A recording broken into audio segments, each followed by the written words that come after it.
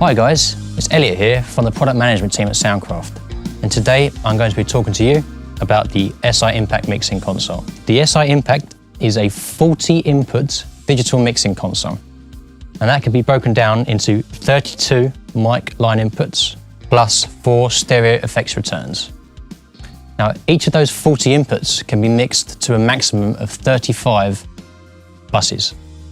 And they can be broken down into 14 mono mix buses, 6 of which can be made stereo, 4 stereo matrix buses, 4 dedicated effects send buses, and a left, right, and mono bus there. Every one of those inputs and every one of the 35 mix buses gets a full complement of channel processing. But this isn't any old channel processing. This is processing from industry standard brands. There's no inspired by disclaimers or dodgy naming conventions in this console. This is genuine processing from the brands themselves. We can see that we have a variable high pass filter, a DBX noise gate with sidechain filters, a DBX compressor, a 4-band fully parametric EQ that we've tuned ourselves here at Soundcraft, and 500 milliseconds of delay for phase alignment of input sources and all that kind of thing. If we take a look at just one of those 35 buses, you can see that we also have a variable high pass filter, a DBX compressor, 4-band fully parametric EQ, 500 milliseconds of sample delay on the outputs. That's great for time aligning speakers further back in the venue. Every one of those mix buses also features a graphic EQ, and that's inserted all the time. If I had to add up all of that processing power and convert it into rack units, there's actually over 300 rack units of power in this console. Now, continuing on the processing theme, we also have genuine lexicon effects. Now, this isn't any software stuff, this is actual genuine lexicon hardware that you'd find in a rack mount unit. You have 4 mono to stereo processors in total, and each processor contains reverbs, delays, modulation effects and pitch effects, as well as variations of those. There's 29 in total, so there's plenty to keep you busy. Now, up here on the top left of the console, we have our ACS section.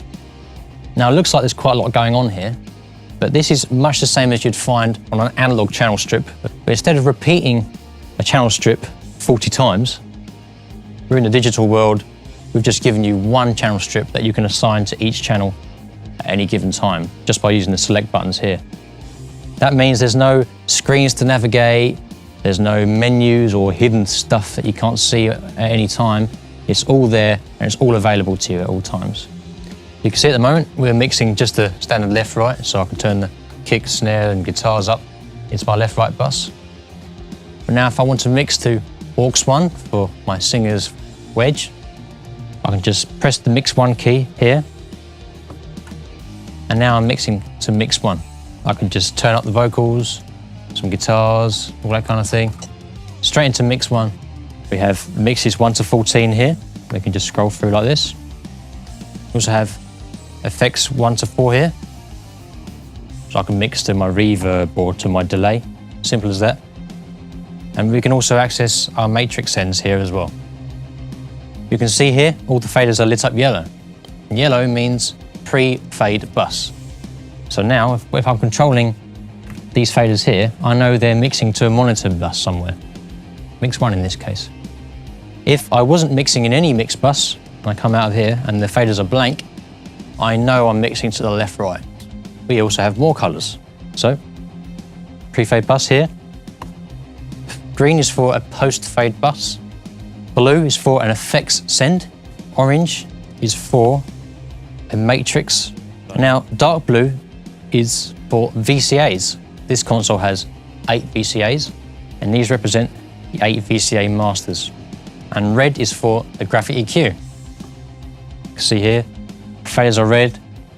They've got an indent in the middle, so you know you're at the 0 dB point.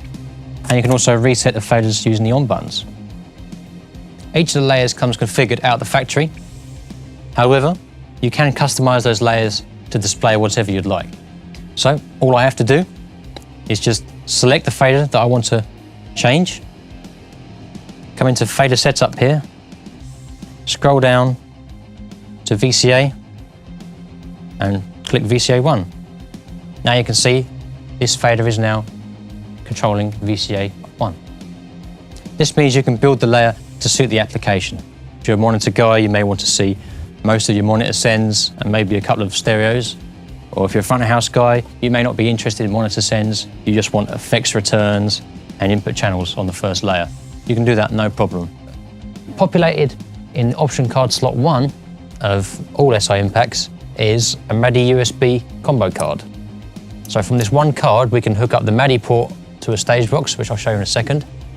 And with the USB port, we can turn our Si Impact live console into a 32 by 32 channel audio interface. So here I have a mini stage box 32. And as you can see, this has 32 mic line inputs, 8 analog outputs via XLR, and a further 8 AES outputs for things like stage wedges or some crown amplifiers as well. Well, that pretty much concludes this Si Impact overview. It's been a very, very brief overview, so I encourage you to take a good look at the user manual and get stuck into the interface at your local store and really learn the console for yourself. I think you're going to be impressed.